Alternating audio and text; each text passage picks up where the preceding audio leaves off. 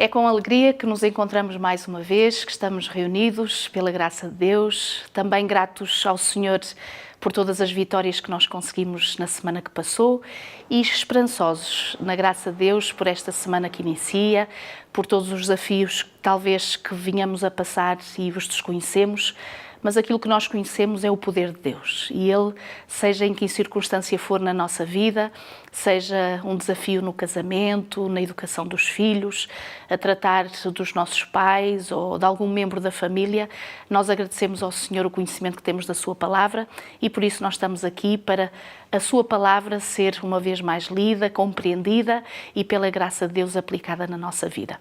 Dou as boas-vindas a todos vós, também saúdo o meu marido que está comigo mais uma semana. Obrigada pela tua presença, que Deus nos possa inspirar e abençoar e vamos iniciar com uma oração. Querido Deus e nosso amado Pai, muito obrigada, Senhor, por tudo quanto por nós tens feito e, acima de tudo, Senhor, te agradecemos do fundo do nosso coração por termos tido um dia acesso à Tua Santa Palavra, Senhor. Obrigada porque esta bússola, este GPS nos tem conduzido nas nossas vidas e também tem sido, Senhor, um lenitivo e uma esperança que encontramos apesar de às vezes as angústias e os desafios baterem à nossa porta. Ajuda-nos, Senhor, uma vez mais a nos submetermos ao Teu Espírito, que seja a graça do Teu Espírito que nos oriente e que nos inspire nesta hora, nós que falaremos, aqueles que nos escutarão, fica connosco, Senhor, e que o Teu Espírito nos assista e, para além de compreender a Tua Palavra, nos ajude também a motivar-nos a aplicá-la. Te pedimos tudo isto e agradecemos em nome de Jesus. Amém. Amém. A lição desta semana tem um título bastante convidativo e bastante pertinente. O que viram eles na tua casa?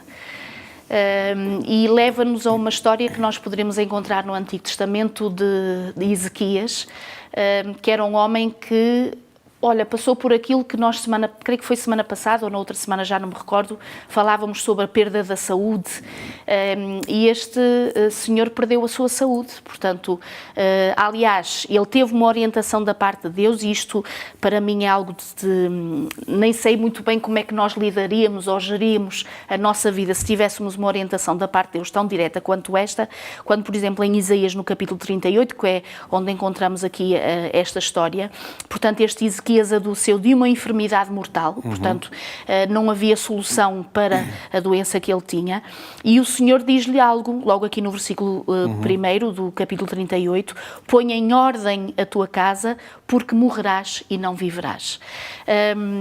Se para alguns isto possa causar, ou seja, se o Senhor um dia se dirigisse a nós tão diretamente quando fez a este Ezequias e diz, põe em ordem a tua casa porque vais morrer, pode causar dois sentimentos, um de angústia ou de sofrimento e de não querer, ou outros que aceitam a vontade de Deus e orientam a sua vida para poder depois descansar segundo a ordem de Deus. No entanto, este Ezequias chorou amargamente e fez um pedido ao Senhor.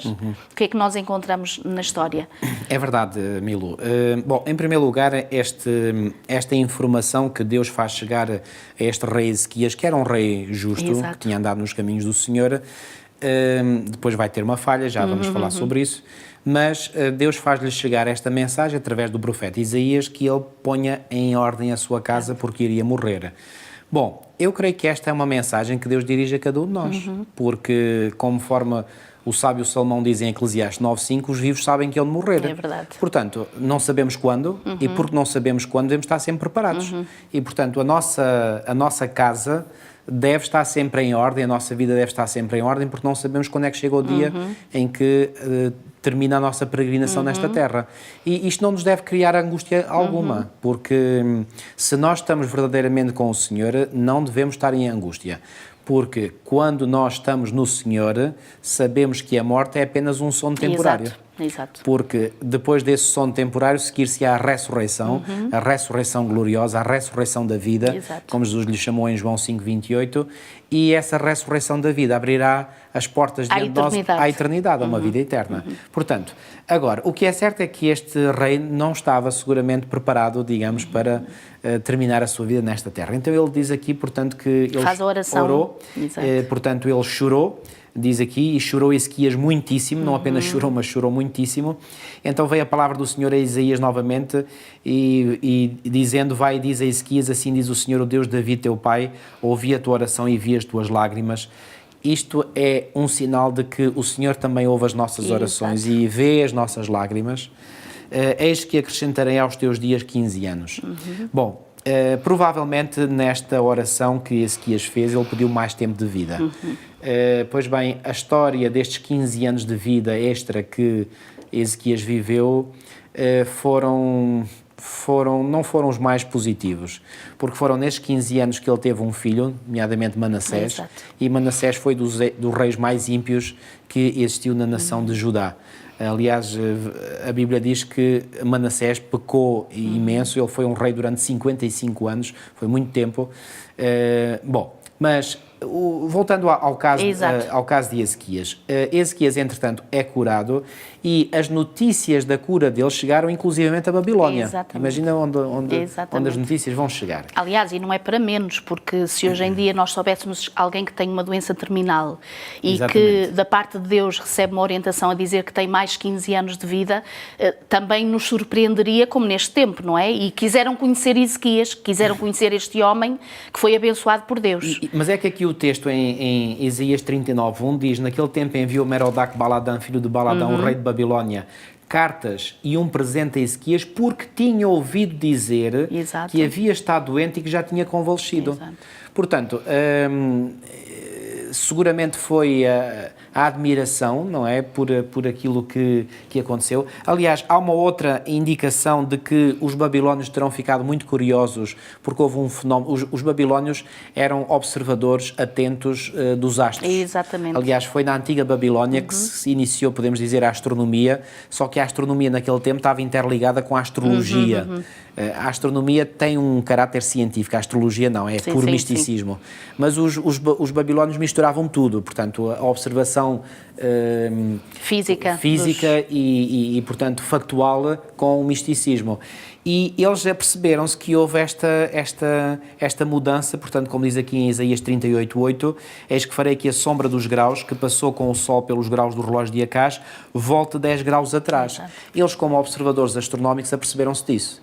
E, portanto, eles devem ter associado uma coisa à outra e não creio que eles vieram a ajudar apenas para a dizer, olha, estamos muito contentes que estejas curado. Eles queriam perceber o que é que se tinha passado que fez com que houvesse este fenómeno astronómico. E se calhar é interessante dizer que as bênçãos de Deus que Ele nos concede, neste caso até a questão de um feito astronómico que acabou por mudar exatamente aquilo que era o natural comum até então, e também o facto de agora Ezequias estar curado, eram oportunidades que Deus estava a dar a este rei para que quando viessem as outras nações questionar o porquê das coisas, e ele pudesse dar um testemunho do Deus de Judá, do Deus de Israel, que tinha sido ele o autor da sua cura e também de ter mudado para trás os graus. Mas portanto, não foi isso que aconteceu. Então o que é que nos diz o texto em Isaías 39:2? E Ezequias se alegrou com eles e lhes mostrou a casa do seu tesouro, a prata e o ouro e as especiarias e os melhores ungüentos e toda a sua casa de armas e tudo quanto se achava nos seus tesouros. Ou seja, mostrou tudo o que era material. Exato. E onde é que Ezequias mostrou as riquezas espirituais? Não mostrou. E quando o profeta que já tinha falado com ele anteriormente, que é o mesmo profeta Isaías, vem de novo ter com ele, diz o versículo 13, então o profeta Isaías veio ao rei Ezequias e lhe disse, que foi que aqueles homens disseram e de onde vieram a ti? E disse Ezequias, de uma terra remota vieram a mim de Babilónia. E disse ele, que foi que viram em tua casa. Exato. E agora disse Ezequias, viram tudo quanto há em minha casa, coisa nenhuma há nos meus tesouros que eu deixasse de lhes mostrar. Então disse Isaías a Ezequias: ouve a palavra do Senhor dos Exércitos, eis que virão dias em que tudo quanto houver em tua casa, com o que antes oraram os teus pais até o dia de hoje, será levado para a Babilónia. Bom, certamente que esta embaixada de Babilónia, ao ver todos os tesouros que o rei Ezequias tinha, como é que eles ficaram? Cheios de inveja. Começaram a cobiçar. Então eles começaram certamente a fazer planos, se um dia pudermos vir aqui e roubar isto tudo. Agora, Deus teria desfeito esses planos maquiavélicos dos babilónios se ele tivesse dado honras e louvores a Deus, isso não tenho a menor dúvida. Exato. Só que Ezequias não fez, esta foi a falha que há bocadinho eu falava que houve na vida de Ezequias. Agora, que aplicação é que isto tem para os nossos dias agora? Pois bem, aqui na lição de domingo, e muito bem os autores chamam aqui a atenção que cada visita feita ao lar de cristãos é uma oportunidade para as pessoas conhecerem seguidores de Cristo. E nós, os cristãos, não são chamados a exibirem os seus bens materiais ou as suas realizações, embora possam reconhecer que se trata de bênçãos de Deus. Sem dúvida. São chamados para que anuncieis as virtudes daquele que vos chamou das trevas para a sua maravilhosa luz. Exato. Sempre a nossa ênfase, Milu, deveria ser nas riquezas espirituais que o Senhor tão graciosamente nos dá.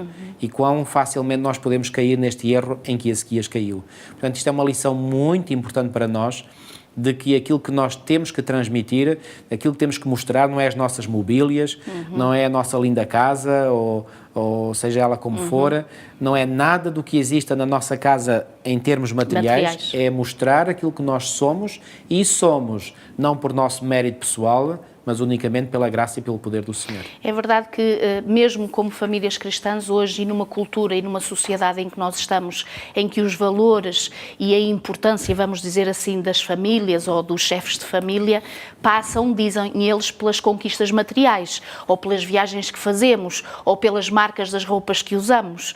E muitas nada disso tem valor. É isso. À luz da palavra de Deus, nós acabamos por perceber que, para já, se temos o que temos, o devemos à graça de Deus. Claro. E como diz no Antigo Testamento, não digas que foi a força do teu braço que te conseguiu isso, mas é as bênçãos de Deus, é o cuidado, a orientação que o Senhor tem para connosco e a bondade que Ele tem em nos dar a saúde, em nos dar a energia para termos exatamente essas coisas na nossa casa. E depois, o facto de as termos sempre para a bênção de outros. Ou seja, o carro que nós temos poder ser uso também para algum querido que possa não ter e precise de boleia. Os bens que nós temos, o convidar alguém para vir a uma refeição e estar connosco e poder partilhar dessa refeição. Todas as coisas boas que nós temos pela graça de Deus, poder ser usado também para a bênção de outros. E, portanto, eu acho que é extraordinário. A lição desta semana também, na lição de segunda-feira, fala-nos também sobre este desejo que todos nós temos como crentes em Jesus, que a nossa família, que ainda não conhece Jesus, nem pratica a sua palavra, possa vir ao conhecimento da palavra de Jesus. E claro que a família é o primeiro campo missionário logo que nós temos. Às vezes nós achamos que o maior trabalho missionário que podemos fazer é ir para um país remoto, fazer grandes missões no exterior, e Deus deu-nos aqui um exemplo de uma simplicidade de passagem do Evangelho, quando vai buscar estes discípulos, que serão os discípulos de João, que fala a André, André vai falar a Simão Pedro, a simplicidade do Evangelho, da sua própria experiência, e que acaba por conquistar estes corações também para virem querer conhecer a Jesus.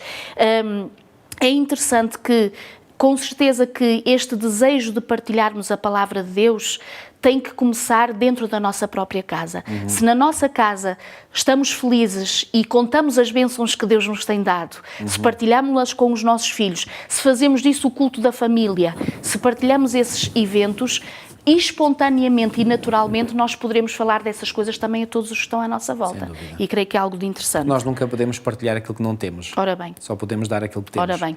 E para termos, temos que ter este relacionamento com o Senhor, sem o qual nós não temos isso. Agora, quando nós temos, então aí podemos sim partilhar. E é interessante que a lição também referia, não é pelo facto de sermos imperfeitos que nos deve inibir ao facto de partilharmos ou não a palavra. É evidente que um pai e uma mãe não são perfeitos. É evidente que os filhos, mesmo falando com os seus coleguinhas, não são perfeitos. Nenhum de nós é perfeito. Mas não é por isso que os jovens crescendo não vão começar depois, posteriormente, a chegar à conclusão, olha, realmente o meu pai ou a minha mãe tinham esta ou aquela fragilidade, mas aquilo que diziam realmente era a verdade. Aquilo que diziam realmente a palavra de Deus confirma, a minha vida confirma. E, portanto, não nos devemos inibir pela nossa própria limitação de tendência pecaminosa que todos nós temos, porque se os nossos filhos virem erramos, é verdade, mas até pedimos perdão e nos humilhamos diante de Deus e diante dos queridos a quem ofendemos, isso até é um trunfo de vitória nas mãos de Deus. Portanto, não é uma humilhação nem uma vergonha, é um trunfo de vitória nas mãos de Deus. Na lição de terça-feira, falava sobre esta questão de casamentos divididos pela religião. Já falamos numa semana outrora sobre este assunto, que era, portanto, sobre aqueles que, estando casados, posteriormente vêm a conhecer Jesus e um deles não aceita, portanto, a mesma fé e os mesmos princípios. Como é que o Senhor nos orienta, e se calhar recordar isso, o que fazer nestes casamentos mistos? Pronto, esse foi um dilema que os crentes na igreja em Corinto viveram, e então eles escreveram uma carta a Paulo, isso vem relatado em 1 Coríntios, no capítulo 7, e nessa carta eles certamente devem ter expresso a ideia de se era permitido ou se era legítimo eles, como crentes, poderem, portanto, digamos, separar-se do seu cônjuge incrédulo. Exato. E Paulo vai dizer não, Exato. de forma alguma. 1 Coríntios 7 diz assim, versículo 1, ora, quanto às coisas que me escrevestes, ou seja, Paulo está aqui a dizer, portanto, que recebeu uma carta da parte dos crentes coríntios. Depois, aqui a última parte do versículo 1 diz, bom seria que o homem não tocasse em mulher. Já agora, só uma pequenina explicação sobre este versículo. Há autores que dizem que, provavelmente, esta frase, bom seria que o homem não tocasse em mulher, fazia parte, não faz parte dos conselhos que Paulo está a dar aos coríntios, mas fazia parte do conteúdo da carta que os coríntios enviaram a Paulo. Ou seja, este texto deveria ser talvez lido desta maneira. Quanto às coisas que me escreveste de que seria bom que o homem não tocasse em mulher, e depois Paulo é que vai falar a partir do versículo 2. Mas é sobretudo a partir do versículo 12, exato, sobre esta questão. E mais à frente, exato, portanto, ele dá vários conselhos, exato, mas quando se trata dessa questão de, portanto, porque aqui havia várias questões. Exato. E ali era a questão se deviam estar com uma mulher, se não deveriam, se deviam casar, se não deveriam casar, estar solteiros. Eram dúvidas que, claro, os crentes tinham e muitas vezes se a pessoa não tem conhecimento, que era o caso deles, eles estavam, portanto, eram neófitos na fé, portanto, eles não tinham esse conhecimento e Paulo vai formá-los, vai-lhes dar essa formação. Quantas pessoas não vêm para a igreja, são batizados, claro, mas ainda necessitam de formação, não é? E foi o que aconteceu com os coríntios. Então, a partir do versículo 12, Paulo diz, mas aos outros digo eu, não o Senhor, se algum irmão tem mulher descrente e ela consente, exato, em habitar com ele, não a deixe. E se alguma mulher tem marido descrente e ele consente em habitar com ela, não o deixe. E depois Paulo dá aqui uma razão, versículo 14, porque o marido descrente é santificado pela mulher. Bom, aqui este santificado não quer dizer que é a mulher que em si que dá a santificação ao marido, exato, mas ela é um meio, isso, pelo qual Deus... um instrumento que Deus pode usar e certamente usa, exato, para fazer chegar portanto, a bênção à sua casa. A bênção ao marido descrente, exato, neste caso, ou à mulher descrente. Porque o marido descrente é santificado pela mulher e a mulher descrente é santificada pelo marido. E outra sorte, os vossos filhos seriam imundos, mas agora são santos. Depois, no versículo 15, Paulo diz, mas se o descrente se apartar, aparte-se. Se quiser apartar, que se aparte. Ou seja, da parte do crente tem que haver esta convicção muito firme que ele não tem legitimidade para separar do seu cônjuge, mesmo que o cônjuge seja um descrente. Ok? Aliás, se calhar até reforçávamos o conceito que ainda há pouco nós dissemos, passa a ser o seu lar o primeiro campo missionário. Exatamente. Ou seja, a primeira intenção e prioridade na sua vida é exatamente conquistar o cônjuge para Jesus, para os ensinamentos de Jesus. E mais, diz aqui, portanto, aqui também na lição que deve ser, portanto, o crente deve sentir que, aliás, aqui na lição terça-feira, o estado sagrado do casamento e as suas intimidades devem prosseguir após a conversão de um dos cônjuges. Portanto, não há nada, mas absolutamente nada de errado em um cônjuge que é cristão, seja ele esposo ou esposa, ele poderia pensar, mas eu agora dei-me ao Senhor, como é que eu vou partilhar a minha intimidade sexual com o meu cônjuge que é descrente? Não, é legítimo, sim, absolutamente legítimo. E, portanto, Paulo está aqui a dizer aos crentes, não separam. Se o descrente consentir. Exato. Agora, se ele não consentir e quiser ir embora, Paulo diz, olha, se ele quiser ir embora, então que vá. Nesse caso, diz aqui, neste caso, o irmão ou a irmã não está sujeito à servidão, mas Deus chamou-nos para a paz. Exato. É como se Paulo estivesse a dizer, olha, Deus quer que vocês tenham uma vida em paz, tranquila, portanto, deixem-no ir, vocês não o ponham fora. Vocês assumam as vossas responsabilidades, porque o crente, mais do que qualquer outra pessoa, deve sentir o peso da responsabilidade de assumir os seus compromissos. Se o outro não quer, deixa-o ir. Claro que isto, é evidente, falar é muito simples, não é? Que isto traz mágoa, traz dor, mas Paulo está a ser muito frio, digamos, muito concreto. Daquilo que de nós dependa, o poder fazer o que de nós depende. É interessante que na lição vinha este aspecto também muito importante, que é o peso que tem o nós inevitavelmente sermos exemplos ou modelos na nossa casa ou para outros também. Mesmo o apóstolo Paulo, quando faz aquela palavra, ser de meus imitadores, no sentido de que ele buscava o Senhor, de que ele buscava a dependência de Deus, não imitadores no sentido que eu sou perfeito, então sigam-me a mim, mas que ele, como era, buscava o Senhor incessantemente e que ele ansiava que as pessoas buscassem esse mesmo Deus. Esta questão, é verdade que, como pais, nós somos modelos para os nossos filhos. Muitas vezes não é só a nossa palavra, ou se calhar a maior parte das vezes nem é a nossa palavra que vai trazer a eficácia, mas é sobretudo os exemplos que nós deixamos sem palavra.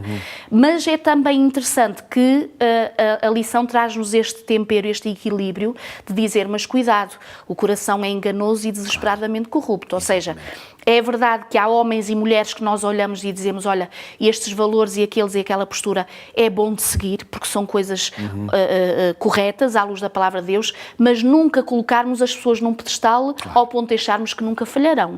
E às vezes isto traz grandes mágoas e até desvios depois no percurso de cristão, porque nós fizemos tanta fé na pessoa, que acabamos por depender dela e não do Senhor. Deixa-me ser mais específico e concreto, Milo. A lição aqui de quarta-feira diz que a vida familiar deve ser partilhada, é um facto.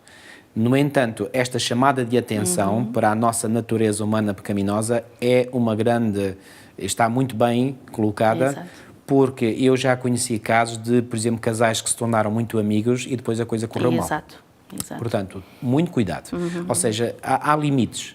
Portanto, nós devemos partilhar, é bom a amizade, a partilha, sem dúvida, mas tudo tem os seus limites e, portanto, sempre pedindo ao Senhor que nos dê o controle sobre nós mesmos, sobre a nossa natureza, e se virmos que eventualmente o inimigo está-nos a tentar, é melhor nos separarmos e cada um para o seu lado. Este tipo de amizade contagiosa, como dizia a lição desta semana, que nós devemos ter no sentido de, por exemplo, através da hospitalidade, que é um dom maravilhoso que Deus entrega às famílias e que muitos, segundo a palavra de Deus, pela hospitalidade até anjos receberam e o próprio Jesus receberam, não é? O caso de Ló, por exemplo. O caso de Ló, exatamente. Mas podermos exercitar e disponibilizar, e lá está, as coisas que nós temos, não tanto para nos gabarmos delas e delas dependermos como se as coisas materiais fossem a razão da nossa felicidade, mas elas estão ali, se calhar, e inclusive, não só para a nossa bênção, mas para a bênção de outros também, que tendo necessidade de serem acolhidos, ou pernoitar, ou ter uma refeição, o poderem fazê-lo na nossa própria casa. Eu iria terminar, ou se calhar pediria a ti, para ler esta citação de sexta-feira, que é maravilhosa, e que não podemos deixar de a referir. Diz assim, muito mais poderosa do que qualquer sermão que se possa pregar é a influência de um verdadeiro lar no coração e na vida dos seres humanos. A nossa esfera de influência pode parecer limitada, as nossas capacidades diminutas, escassas as nossas oportunidades, os nossos recursos reduzidos. No entanto, se soubermos aproveitar fielmente, aqui é a palavra-chave, fielmente as oportunidades proporcionadas pelos nossos lares, maravilhosas serão as nossas possibilidades. E quem escreveu isto é a serva do Senhor, Ellen White, tem a ciência do bom viver. Exato. Que Deus realmente nos ajude e que, como diz aqui, se soubermos fielmente aproveitar as oportunidades que Deus nos dá, receberemos grandes bênçãos, e não só nós, mas aqueles que estão à nossa volta. Que Deus nos possa continuar a abençoar. Estamos mesmo a aproximar-nos do fim deste trimestre e destes estudos que tivemos a oportunidade de estudarmos juntos, mas para a semana cá estaremos, pela graça de Deus. Oramos até lá para que Deus o abençoe a sua casa, a nossa também. Até lá, se Deus quiser.